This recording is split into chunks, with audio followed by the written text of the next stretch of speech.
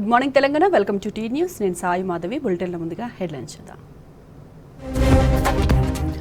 FRBM చట్టాన్ని తుంగలోకి తొక్కుతున్న కేంద్రం, రాష్ట్రాలపై మోదీ సర్కారు నిబంధనల ఉచ్చు. హైదరాబాద్లో పేదలకు ఉచిత వైద్య పరీక్షలు, నేడు 10 మినీ డయాగ్నోస్టిక్స్ హబ్స్ ప్రారంభం. చీరాల బాపట్ల మధ్య తీరాన్ని తాకిన అసని, దిశ మార్చుకున్న తుఫాన్, కోస్తాంధ్రకు భారీ వర్ష సూచన. పేదల నెత్తిన గుదిబండగా మారిన వంట గ్యాస్, వినియోగానికి దూరంగా ఉజ్వల పథకం లబ్ధిదారులు. ఆఫ్ఘన్లో తాలిబాన్లకు వ్యతిరేకంగా రోడ్డెక్కిన మహిళలు, బురకా మా హిజాబ్ కాదంటూ నినాదాలు.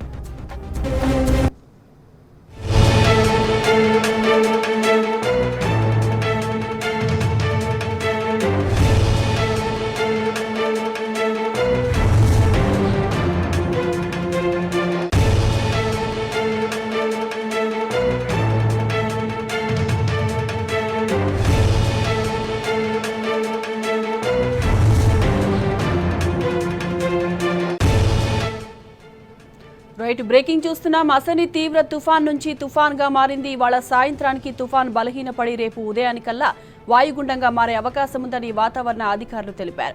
ఇవాళ కోస్తాంధ్రలో భారీ నుంచి అతి భారీ వర్షాలు, కొన్ని చోట్ల అత్యంత భారీ వర్షాలు కురిసే అవకాశం ఉందన్నారు. కడప, ప్రకాశం, బాపట్ల జిల్లాలకు భారీ వర్ష సూచన ఉందన్నారు. దీంతో కృష్ణా, పశ్చిమ గోదావరి, తూర్పు గోదావరి, విశాఖ జిల్లాలో రెడ్ అలర్ట్ ప్రకటించారు. తీర ప్రాంతంలో గంటకు 70 నుంచి 90 కిలోమీటర్ల వేగంతో ఈదురుగాలులు వీచే అవకాశం ఉంది. దీంతో అప్రమత్తంగా ఉండాలని వాతావరణ శాఖ హెచ్చరించింది.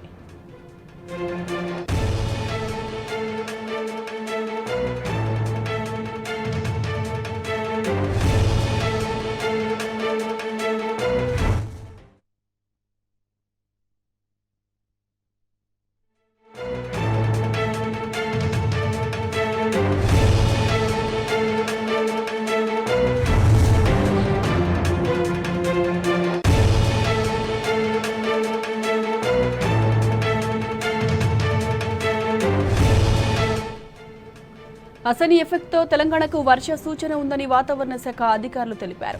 హైదరాబాద్లోని పలు ప్రాంతాల్లో తేలికపాటి జల్లులు కురిశాయి. అలాగే రాష్ట్ర వ్యాప్తంగా పలు జిల్లాల్లో అక్కడక్కడ వర్షపాతం నమోదైంది.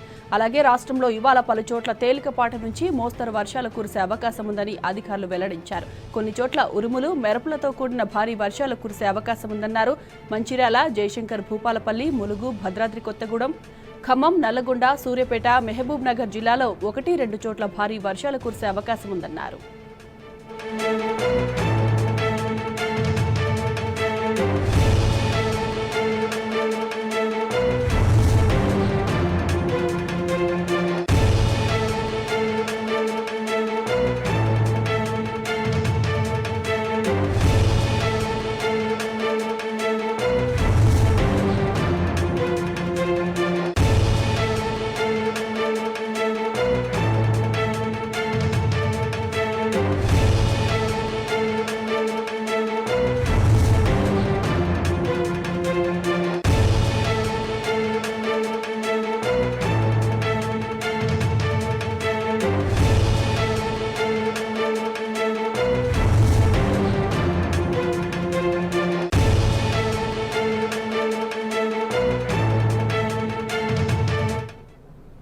ఇక ఇదే అంశానికి సంబంధించి మరింత సమాచారం మా ప్రతినిధి వంశీ అందిస్తారు. Vamsi, good morning. వెదర్ కు సంబంధించిన పూర్తి డీటెయిల్స్ చెప్పండి. 4 రోజుల క్రితము ఆగ్నేయ బంగాళాఖాతంలో ఏర్పడినటువంటి అల్పపీడనం ప్రస్తుతం తీవ్ర తుఫాన్ గా కొనసాగుతా ఉంది. ఈ తుఫాన్ ప్రస్తుతం అటు అసాని తుఫాన్ గా నామకరణం చేసినటువంటి పరిస్థితి కూడా మనం చూస్తా ఉన్నాము. గంటకు 12 కిలోమీటర్ల వేగంతో అటు ఏదైతే పశ్చిమ వాయువ్య ప్రాంతాలలో బంగాళాఖాతంలో కొనసాగుతున్నట్టు కూడా వాతావరణ కేంద్రం తెలపడం జరిగింది. ప్రజెంట్ ఇది మచిలీపట్నానికి 180 కిలోమీటర్ల దూరంలో, అటు కాకినాడకు సంబంధించి చూస్తే మాత్రం విశాఖపట్నానికి 310 కిలోమీటర్లు, కాకినాడకు 180 కిలోమీటర్ల దూరంలో కేంద్రీకృతమైంది. అటు దాంతో పాటుగా 550 కిలోమీటర్ల గోపాల్పూర్ ఒడిశా ప్రాంతానికి దూరంగా కేంద్రీకృతమైంది. దీంతో పాటుగా 660 కిలోమీటర్ల ఒడిశా పూరి ప్రాంతానికి దూరంగా కేంద్రీకృతమైనటువంటి పరిస్థితి కూడా మనం చూస్తా ఉన్నాము. ఇది తదుపరి ఏదైతే 12 గంటల్లో ఇది ఏదైతే తీవ్ర వాయుగుండంగా మారే అవకాశం ఉన్నట్టు కూడా వాతావరణ కేంద్రం తెలుపడం జరిగింది. ప్రజెంట్ ఈ తీవ్ర తుఫాన్ ప్రభావం వల్ల అటు ఒడిశా కావచ్చు, ఆంధ్రప్రదేశ్ లో కావచ్చు భారీ నుంచి అతి భారీ వర్షాలతో పాటుగా అత్యంత భారీ వర్షాలు కురిసే అవకాశం ఉన్నట్టు కూడా వాతావరణ కేంద్రం తెలుపడం జరిగింది. ప్రజెంట్ ఏపీ విషయానికి వస్తే చూస్తే మాత్రం heavy to very heavy rains అటు కోస్టల్ ఆంధ్రప్రదేశ్ కి ఇవ్వడం జరిగింది. అటు ఎక్స్ట్రీమ్లీ హెవీ రెయిన్స్ వచ్చి 1-2 ప్రాంతాల్లో అక్కడ కురిసే అవకాశం ఉన్నట్టు కూడా వాతావరణ కేంద్రం తెలుపడం జరిగింది.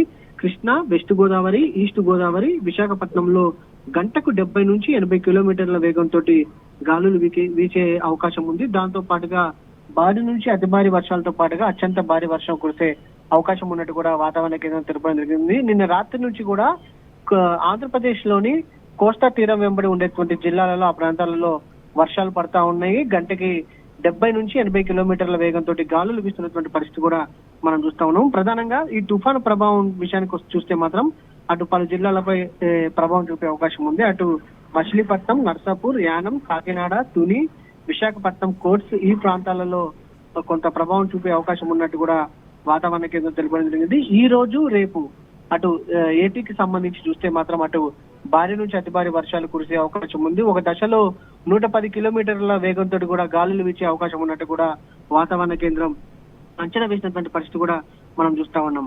ప్రజెంట్ అటు తెలంగాణ మీదుగా ఈ తుఫాను ప్రభావం ఏ విధంగా ఉంటుందంటే అటు పలు జిల్లాలు అంటే తూర్పు, దక్షిణ జిల్లాలలో కొంత తేలికపాటి నుంచి మోస్తరు వర్షాలతో పాటుగా 1-2 చోట్ల భారీ వర్షాలు కురిసే అవకాశం ఉన్నట్టు కూడా వాతావరణ కేంద్రం తెలపడం జరిగింది. ఇప్పటికే రాష్ట్రంలో చల్లటి వాతావరణం నెలకొన్నటువంటి పరిస్థితి కూడా మనం చూస్తా ఉన్నాము.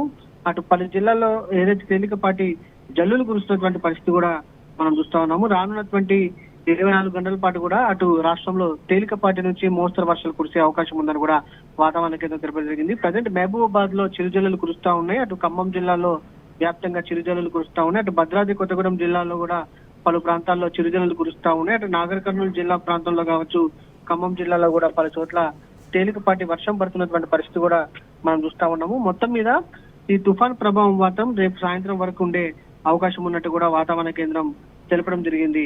Sai madam. Right Vamshi, thanks for the updates.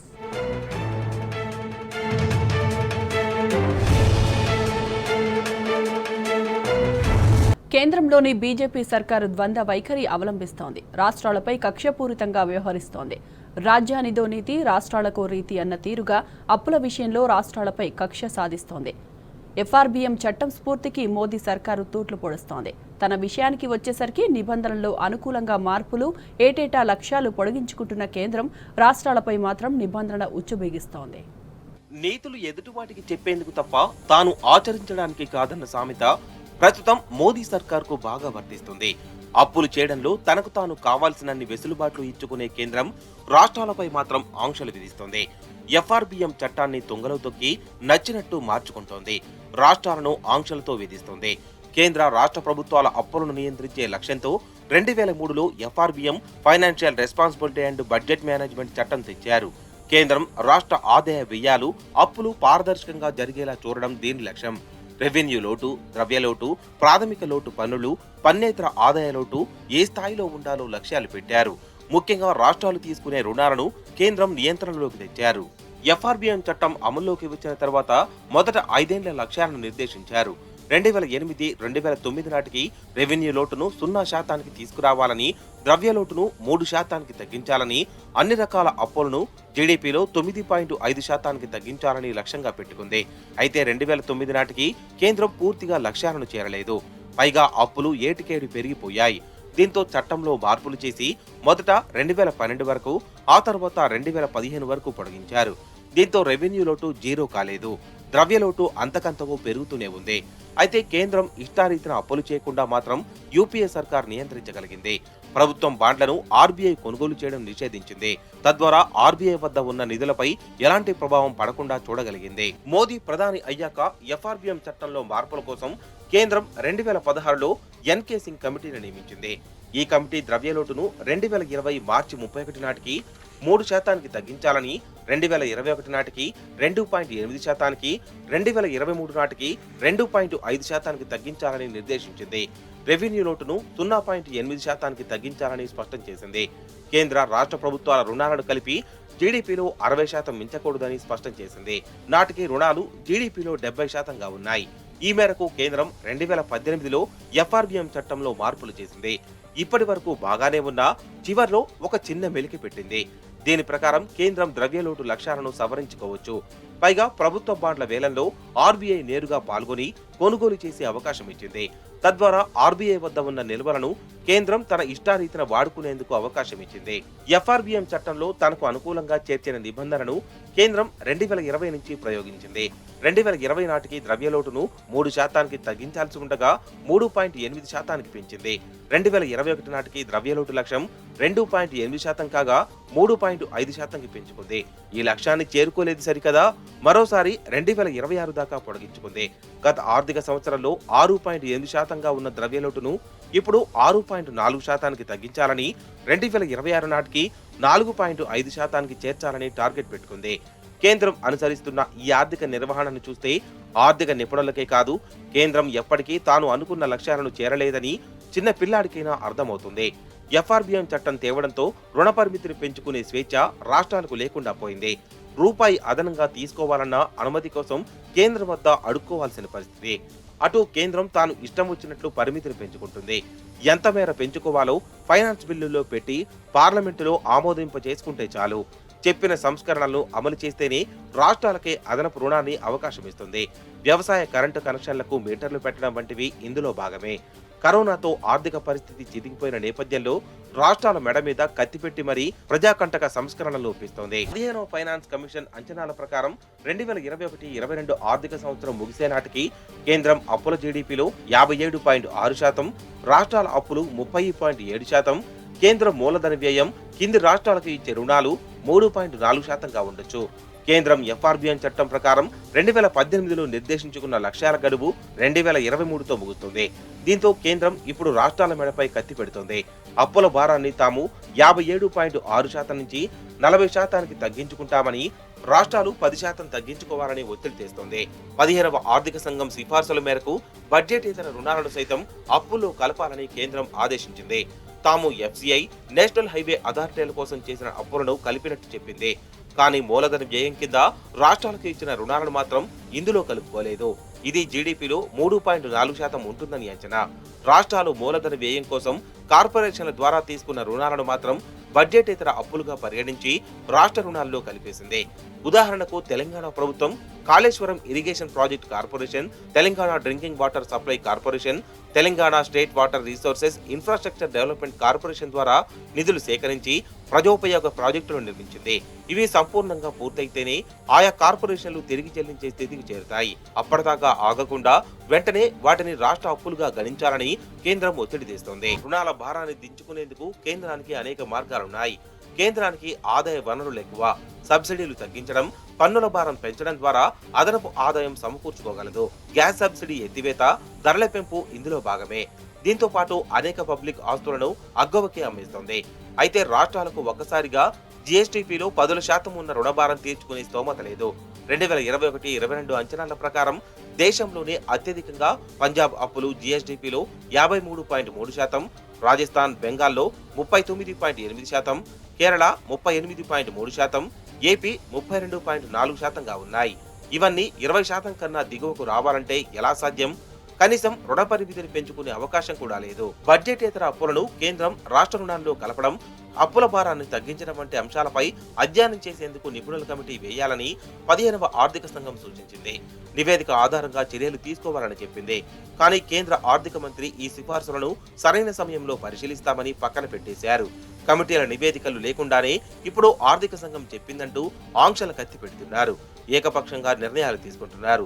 ఒకవేళ 15వ ఆర్థిక సంఘం సిఫార్సులనే అమలు చేయాలన్నా 2020-21 నుంచి తీసుకున్న బడ్జెట్ ఇతర రుణాలను మాత్రమే రాష్ట్ర అప్పుల్లో కలపాలి. కానీ కేంద్రం పాత రుణాలను సైతం కలుపుతూ తీవ్ర అన్యాయం చేస్తోంది. దేశంలో నిత్యావసర సరుకుల ధరలు అడ్డు అదుపు లేకుండా పెరిగిపోతున్నాయి. వంటింట్లో మంట పుట్టిస్తున్నాయి. అసలే కరోనా కష్టకాలంలో ప్రజలు అల్లాడిపోతుంటే పెరిగిన నిత్యావసర సరుకుల ధరలు వారిపై మరింత భారం మోపుతున్నాయి. దీంతో మధ్యతరగతి కొనుగోలు శక్తి నానాటికి దిగజారిపోతుందని ఆర్థికవేత్తలు ఆందోళన వ్యక్తం చేస్తున్నారు. దేశంలో నిత్యావసర వస్తువుల ధరలు చుక్కలను తాగుతున్నాయి. 2014లో కిలో కందిపప్పు ధర ₹83.23 ఉండగా మోదీ సర్కారు పాలనలో ఇప్పుడది 140కు చేరింది. ఆనాడు బియ్యం ధర కిలో 27 రూపాయల 28 పైసలు ఉండగా అదే ఇప్పుడు 50 రూపాయలైంది. ఆలుగడ్డ అప్పుడు కిలో 15 రూపాయల 24 పైసలు, ఇప్పుడు 33 రూపాయలు. వంట గ్యాస్ సిలిండర్ ధర 8 ఏళ్ల క్రితం 414 రూపాయలు ఉంటే ఇప్పుడు ఏకంగా 1052 రూపాయలకు పెరిగింది. వంట నూనెల దగ్గర నుంచి సబ్బుల వరకు రోజువారీ ఉపయోగించే సరుకు ఏదైనా సరే వాటి ధర కొండెక్కి కూర్చుంది. ఇవి వేగంగా పెరగడమే కాదు, మునిపెన్నడూ చూడని రికార్డు స్థాయికి చేరిపోతున్నాయి. భరించలేని స్థాయికి చేరడంతో ప్రజలు తమ ఇతర ఖర్చుల్లో కోత పెట్టుకోవడంతో పాటు పొదుపును తగ్గించాల్సి వస్తుంది. ధరలు పెరుగుతున్న వేగాన్ని చూపించే ద్రవ్యోల్బణం రేటు 17 నెలల గరిష్ట స్థాయికి చేరగా ఆయా ఉత్పత్తులతో కూడిన సూచీలు రికార్డు స్థాయికి పెరిగిపోయాయి. స్వయంగా కేంద్ర ప్రభుత్వం విడుదల చేస్తున్న గణాంకాలే దేశంలో ధరలెలా పెరిగాయో చెబుతున్నాయి. రిటైల్ స్థాయిలో ధరలెలా ఉన్నాయో తెలిపే వినియోగదారుల ధరల సూచి మార్చి నెలలో 165.2 పాయింట్ల స్థాయిని అందుకోగా టోకు ధరల సూచి 148.8 పాయింట్లకు చేరింది. ఈ రెండు ప్రామాణిక ధరల సూచీలకు ఇదే రికార్డు గరిష్టం. దేశంలో అమ్ముడుపోయే ప్రతి ఉత్పత్తిని కలిగి ఉన్న ఈ సూచీల పెరుగుదల రేటు కొద్ది నెలలుగా వేగవంతమైంది. ఈ ఏడాది ఫిబ్రవరి, మార్చిలో వరుసగా 2 నెలలు దేశ రిటైల్ ద్రవ్యోల్బణం రిజర్వ్ బ్యాంకుకు కేంద్ర ప్రభుత్వం నిర్దేశించిన 6% గరిష్ట పరిమితిని దాటిపోయింది. ఫిబ్రవరిలో 6.1%గా ఉన్న వినిమయ ధరల సూచీ వృద్ధి రేటు మార్చిలో 6.95%కి ఎగబాకి 17 నెలల గరిష్ట స్థాయికి దూసుకెళ్లింది. ముఖ్యంగా ఆహారోత్పత్తుల ధరల పెరుగుదల ఆందోళన కలిగిస్తోంది. ఈ మార్చిలో ఆహార ధరల ద్రవ్యోల్బణ రేటు 7.7%కి ఎగిసింది. అలాగే ఫిబ్రవరిలో 13.1%గా ఉన్న టోకు ధరల సూచి ఆధారిత ద్రవ్యోల్బణం సైతం మార్చిలో 14.6%కి దూసుకెళ్లడం అటు కేంద్ర ప్రభుత్వానికి, ఇటు ఆర్బీఐకి ప్రమాద గంటికలను మోగిస్తోంది. దీంతో గత వారమే హఠాత్తుగా reserve bank governor Shaktikanta Das ద్రవ్య విధానాన్ని కఠినతరం చేస్తూ రెపో రేటును 40 బేసిక్ పాయింట్లు, నగదు నిల్వ నిష్పత్తిని 50 బేసిక్ పాయింట్లు పెంచారు. ఈ ధరల పెరుగుదల ఇప్పట్లో ఆగేది లేదని, వచ్చే కొద్ది నెలల్లో మరింతగా పెరుగుతూ పోతాయని విశ్లేషకులు చెబుతున్నారు. మార్చి, ఏప్రిల్ మధ్యకాలంలో పెట్రోల్, డీజిల్ ధరల్ని అదే పనిగా పెంచిన ప్రభావం ఇతర ఉత్పత్తులపై పడుతోందంటున్నారు. రష్యా ఉక్రెయిన్ యుద్ధం ఇప్పట్లో ఆగే అవకాశాలు లేకపోవడంతో ద్రవ్యోల్బణ పెరుగుదల సమస్య కనీసం ఏడాది వరకు దేశాన్ని పీడించవచ్చని, ఏప్రిల్ నెల వరకు సంబంధించిన ద్రవ్యోల్బణం మరింత పెరగవచ్చని నిపుణులు అంటున్నారు. ప్రస్తుత ఆర్థిక సంవత్సరంలో మొత్తంగా మన దేశ రిటైల్ ద్రవ్యోల్బణం 6.1% ఉండవచ్చని అంతర్జాతీయ ద్రవ్యనిధి సంస్థ అంచనా వేసింది. ఇది యూరప్ కు సంబంధించిన ద్రవ్యోల్బణ అంచనా 5.3 కంటే 0.8% ఎక్కువ.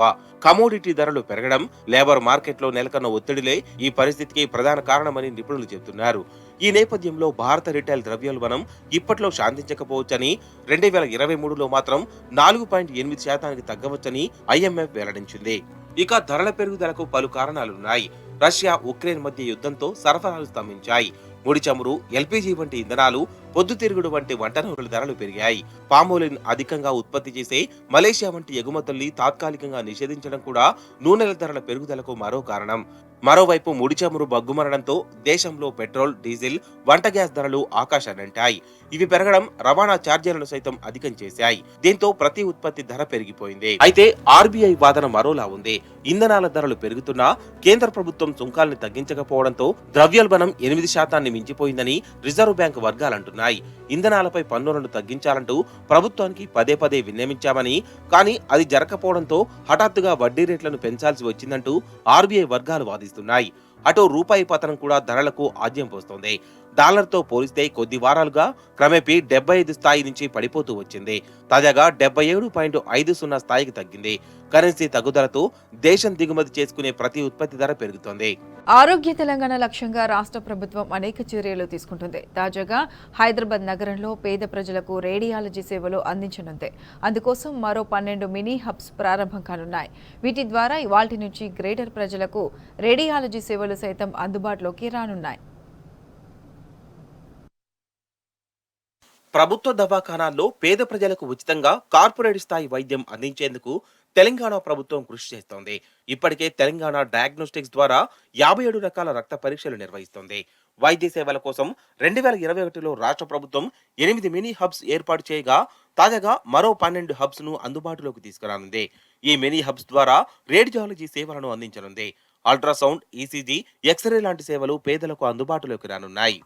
ప్రస్తుతం హైదరాబాద్ నగరంలో 8 మినీ హబ్స్ ఉన్నాయి. బార్కస్, అంబర్పేట్, పురానాపూల్, పనిపుర, శ్రీరామ్ నగర్, లాలాపేట్, సీతాఫల్ బండి, జంగంపేట్లో ప్రజలకు ఇవి వైద్య సేవలు అందిస్తున్నాయి. అలాగే వీటి కింద ఉన్న 129 కేంద్రాలకు రోగులు వస్తున్నారు. మినీ హబ్స్ ద్వారా 34,091 ఈసీజీ, ఎక్స్రే, అల్ట్రాసౌండ్ లాంటి పరీక్షలు నిర్వహిస్తున్నారు. అయితే హైదరాబాద్ నగరంలో కొత్తగా మరో 12 మినీ హబ్స్ ఏర్పాటు చేయాలని రాష్ట్ర ప్రభుత్వం నిర్ణయించింది. అమీర్పేట్, శేర్లింగంపల్లి, అల్వాల్, కుషాయిగూడ, పటాన్ చెరువు, బలక్పేట్, హయత్నగర్, రాజేంద్రనగర్, గోల్కొండ, నార్సింగిలో కొత్త హబ్స్ అందుబాటులోకి రానున్నాయి. ఆ తర్వాత మరో 15 రోజుల్లో కూకట్పల్లి, ఉప్పల్లోనూ మినీ హబ్స్ అందుబాటులోకి తీసుకురానున్నారు. ఈ 12 మినీ హబ్స్ కింద 182 కేంద్రాలు ఉండనున్నాయి. ఒక్కో మినీ హబ్ కింద బస్తీ దవాఖానా, యూపీహెచ్సి, యూసీహెచ్సి వంటి సెంటర్లు ఉంటాయి. ఈ వైద్య కేంద్రాలకు వచ్చే రోగులకు అవసరమయ్యే వైద్య పరీక్షలను డాక్టర్లు మినీ హబ్స్ కు ప్రిఫర్ చేస్తారు. పేషెంట్లు ఎక్కడైతే ట్రీట్మెంట్ తీసుకుంటారో అక్కడే వారికి కావాల్సిన టెస్టును నమోదు చేయడంతో పాటు బార్కోడ్ కేటాయించి దగ్గరలోని మినీ హబ్స్ కు పంపిస్తారు. అలాగే ఎక్కడైతే రెఫరల్ టెస్టును చేస్తారో అక్కడే రిపోర్టును ఇస్తారని మంత్రి హరీష్ రావు చెప్పారు. ఈ రిపోర్ట్స్ ఆధారంగా రోగులను అవసరమైతే పెద్ద ఆసుపత్రులకు కూడా పంపిస్తారని చెప్పారు. ఇప్పటికే తెలంగాణ డయాగ్నోస్టిక్స్ ద్వారా పేదలకు అనేక పరీక్షలు ఉచితంగా నిర్వహిస్తున్నారు. తాజాగా మినీ హబ్స్ ద్వారా రేడియాలజీ వైద్య సేవలు కూడా అందుబాటులోకి రావడంపై హైదరాబాద్ మహానగర వాసులు ఆనందం వ్యక్తం చేస్తున్నారు. ప్రభుత్వానికి కృతజ్ఞతలు చెబుతున్నారు.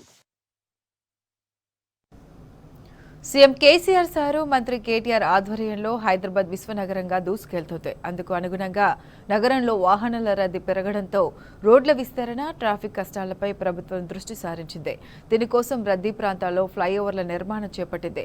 ఇందులో భాగంగా ఎల్బీ నగర్లో నిర్మిస్తున్న ఫ్లైఓవర్ల పనులు శరవేగంగా సాగుతున్నాయి. హైదరాబాద్ ట్రాఫిక్ సమస్య పరిష్కారంపై ప్రభుత్వం ప్రత్యేక దృష్టి పెట్టింది. నగరంలో ట్రాఫిక్ ఇబ్బందుల నుంచి గట్టెక్కించేందుకు ఎస్ఆర్డీపీలో భాగంగా మొత్తం 44 ప్రాజెక్టులను చేపట్టింది. ఇందులో 26 ప్రాజెక్టులు ఇప్పటికే ప్రజలకు అందుబాటులో రాగా మరో 18 ప్రాజెక్టు పనులు శరవేగంగా జరుగుతున్నాయి. ఎల్బీ నగర్ జోన్ పరిధిలో చేపట్టిన 2 ఫ్లైఓవర్ పనులను అధికారులు వేగవంతం చేశారు. అంతేకాకుండా మిగిలిన 18 ప్రాజెక్టులు కూడా డిసెంబర్ వరకు పూర్తి చేయాలని మంత్రి కేటీఆర్ అధికారులను ఆదేశించారు. ఇందులో హెచ్ఎండిఏ, ఆర్ఎండ్బి, నేషనల్ హైవేకి చెందిన 6 ప్రాజెక్టు పనులు కూడా ఉన్నాయి. ఉప్పల్ నుంచి ఎల్బీ నగర్ వైపు ట్రాఫిక్ జామ్ లేకుండా ప్రభుత్వం చర్యలు తీసుకుంటుంది. దీనికోసం ఉప్పల్ నుంచి సిగ్నల్స్ లేకుండా నేరుగా ఎల్బీ నగర్ చేరుకునేలా చర్యలు చేపట్టింది. నాగోల్ ఫ్లైఓవర్ కూడా అందుబాటులోకి వస్తే ప్రజలకు ట్రాఫిక్ కష్టాలు తీరనున్నాయి. ఇప్పటికీ కామినేని ఆసుపత్రి వద్ద నిర్మించిన కుడి, ఎడమ ఫ్లైఓవర్లు, ఎల్బీ నగర్ వద్ద నిర్మించిన అండర్ పాస్లతో పాటు బైరాములు కూడా ఫ్లైఓవర్ అందుబాటులోకి రావడంతో ట్రాఫిక్ సమస్య లేకుండా వాహనాలు దూసుకెళ్తున్నాయి. అటు నాగోల్లో 947 మీటర్ల పొడవు, 24 మీటర్ల వెడల్పుతో ఫ్లైఓవర్ నిర్మిస్తున్నారు. దీనికి సంబంధించిన పనులు 60% పూర్తయ్యాయి. నాగోల్ నుంచి ఎల్బీ నగర్ నుంచి ఉప్పల వైపు వెళ్లే వాహనాల కోసం 6 లేన్ల ఫ్లైఓవర్ను నిర్మిస్తున్నారు. ఈ ఫ్లైఓవర్ పెండింగ్ పనులను మరో 3 నెలల్లో పూర్తి చేయాలని మంత్రి కేటీఆర్ అధికారులను ఆదేశించారు. మరోవైపు ఎల్బీ నగర్ చౌరస్తా వద్ద నిర్మిస్తున్న కుడి ఫ్లైఓవర్ పనులు కూడా వేగంగా సాగుతున్నాయి. ఈ ఫ్లైఓవర్ను 780 మీటర్ల పొడవు, 12 మీటర్ల వెడల్పుతో నిర్మిస్తున్నారు. ట్రాఫిక్ కష్టాల నుంచి తప్పించేందుకు ప్రభుత్వం ఫ్లైఓవర్లు నిర్మించడం పట్ల వాహనదారులు హర్షం వ్యక్తం చేస్తున్నారు. ఎల్బీ నగర్ ప్రాంతంలో ఒకప్పుడు ట్రాఫిక్ జామ్లతో నరకాన్ని చూశామని, కానీ ఇప్పుడు అండర్ పాస్లు, ఫ్లైఓవర్ల నిర్మాణంతో కష్టాలు తీరాయని ఆనందం వ్యక్తం చేస్తున్నారు. ట్రాఫిక్ ఇబ్బందుల నుంచి తమను గట్టెక్కించిన సీఎం కేసీఆర్, మంత్రి కేటీఆర్ కు ప్రజలు కృతజ్ఞతలు తెలుపుతున్నారు. పేపర్ లీక్ కేసులో నారాయణకు బెయిల్ మంజూరైంది. 2014లోనే నారాయణ విద్యా సంస్థల చైర్మన్ పదవికి నారాయణ రాజీనామా చేసినట్లు న్యాయవాదులు ఆధారాలు చూపారు. లాయర్ల వాదనతో ఏకీభవించిన న్యాయమూర్తి పోలీసుల అభియోగాన్ని తోసిపుచ్చారు. నారాయణకు బెయిల్ మంజూరు చేశారు. వ్యక్తిగత పూచీకత్తు మీద నారాయణకు బెయిల్ దొరికింది.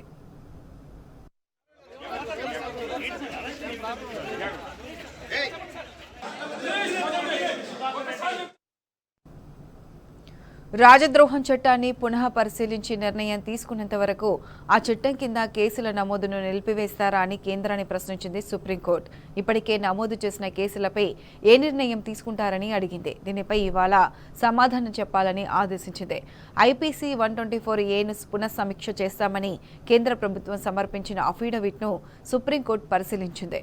పునఃసమీక్ష చేయడంపై కేంద్రానికి అనుమతినిచ్చింది. అయితే దీనికి ఎంతకాలం పడుతుందో తెలపాలని కోరింది. ఇక దీనిపై ప్రభుత్వంతో సంప్రదించి ఖచ్చితమైన సమయం తెలియజేస్తామని సోలిసిటర్ జనరల్ తుషార్ మెహతా గడువు కోరగా విచారణను సుప్రీంకోర్టు నేటికి వాయిదా వేసింది.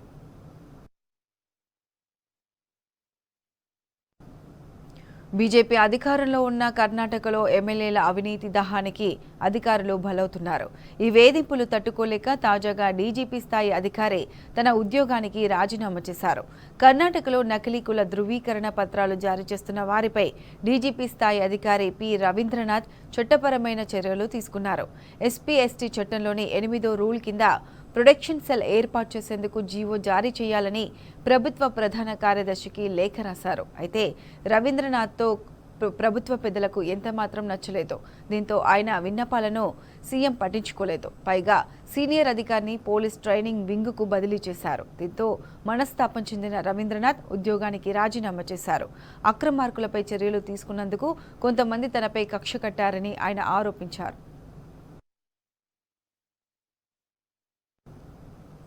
శ్రీలంకలో ప్రజల ఆందోళన కొనసాగుతుంది. జనం కోపానికి భయపడి మహిందా రాజపక్స ట్రింకోమలిన్లోని నౌకాదళ స్థావరంలో కుటుంబంతో సహా తలదాచుకున్నారు. రాజపక్స దేశం విడిచి వెళ్లకుండా నిరసనకారులు చెక్పోస్టులు ఏర్పాటు చేశారు.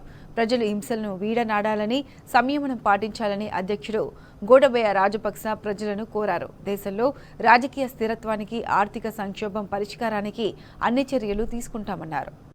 ప్రధానమంత్రి గద్దె దిగినా శ్రీలంకలో ప్రజాగ్రహం చల్లారడం లేదు.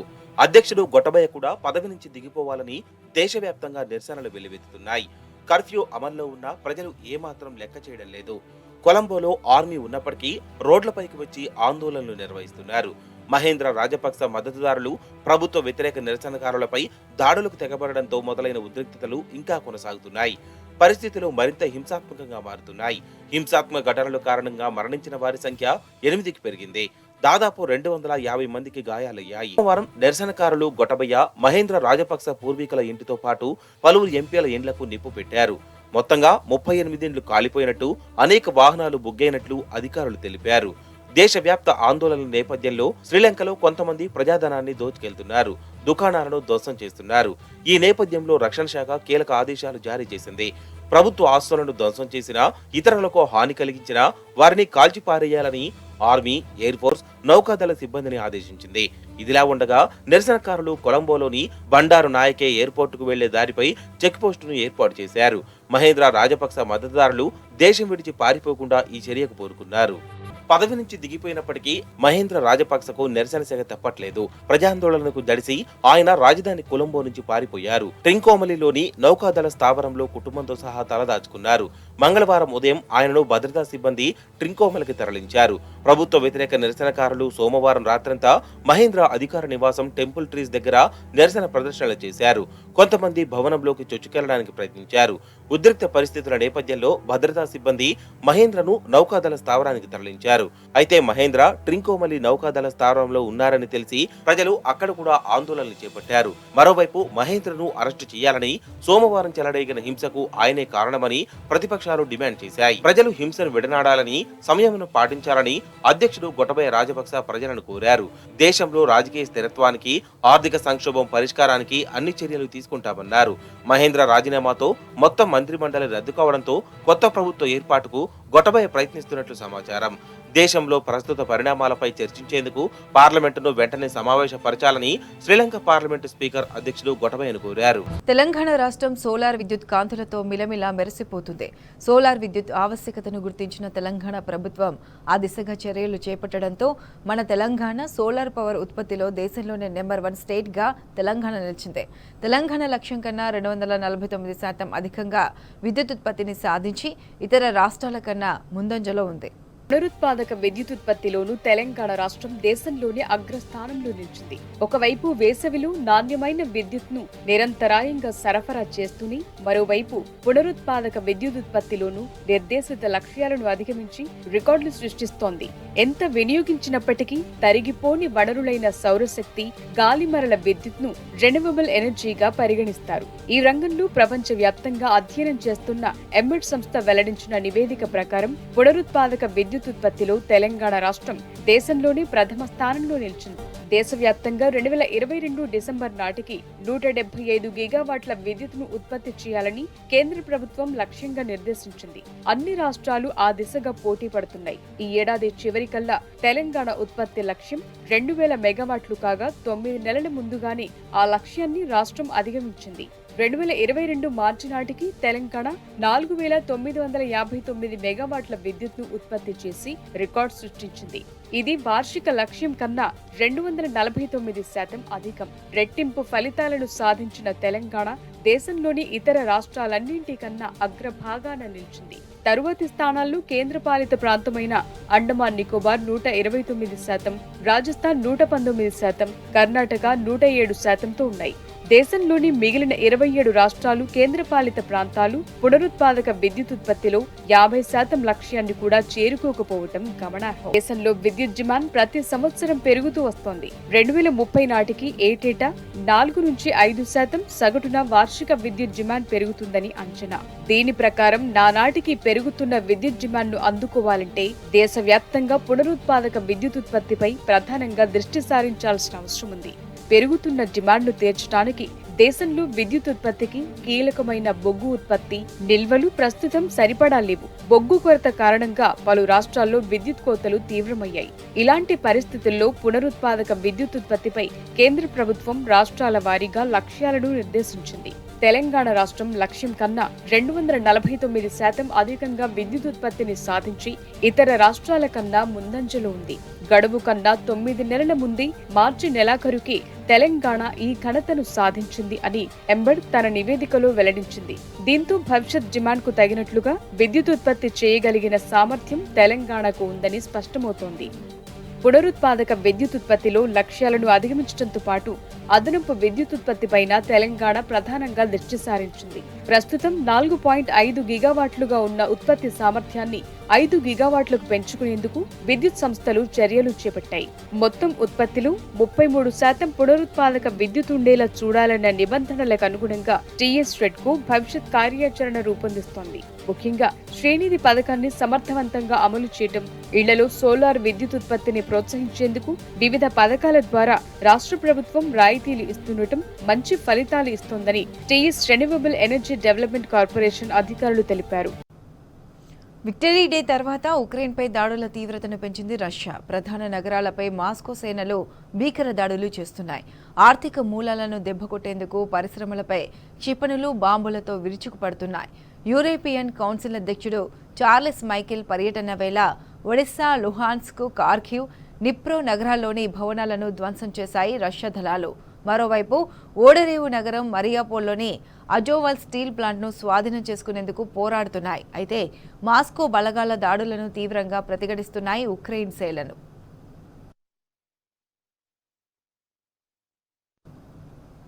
బ్రిటన్ పార్లమెంట్ సమావేశాలు ప్రారంభమయ్యాయి. అయితే ఈసారి క్వీన్ ఎలిజబెత్ II లేకుండానే సెషన్స్ స్టార్ట్ అయ్యాయి. ఆమె ప్రతినిధిగా రాణి కుమారుడు ప్రిన్స్ చార్లెస్ పాల్గొన్నారు. ఎలిజబెత్ కిరీటాన్ని పక్కన పెట్టుకుని హర్ మెజెస్టీ అంటూ స్పీచ్ వినిపించారు చార్లెస్. ఇక రాణి ప్రసంగం లేకుండానే సమావేశాలు ప్రారంభం కావడం సర్వత్రా చర్చనీయాంశమైంది. అయితే ఇది అధికార మార్పిడి దిశగా పడుతున్న అడుగులకు సంకేతమంటున్నారు రాజకీయ నిపుణులు.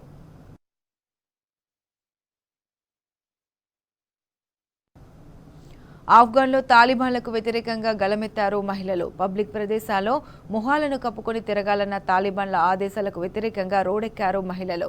కాబుల్లో ప్లకార్డులతో నిరసనలు తెలిపారు. బురకా మా హిజాబ్ కాదంటూ నినాదాలతో హోరెత్తించారు. అత్యవసరమైతే తప్ప వీధుల్లోకి రావద్దన్న రూల్స్పై మండిపడుతున్నారు. అయితే ఆందోళనకారులను అడ్డుకున్నారు తాలిబాన్లు. నిరసనలను కవర్ చేసే ప్రయత్నం చేసిన జర్నలిస్టుల కెమెరాలను లాక్కొని జులుం ప్రదర్శించారు.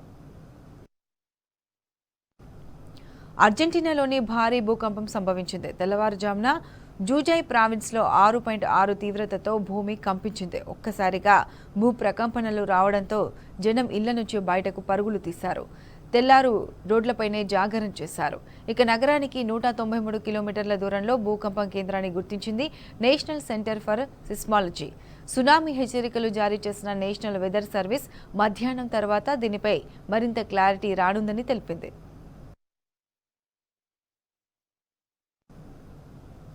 ఇవి bulletin updates. Keep watching tea news.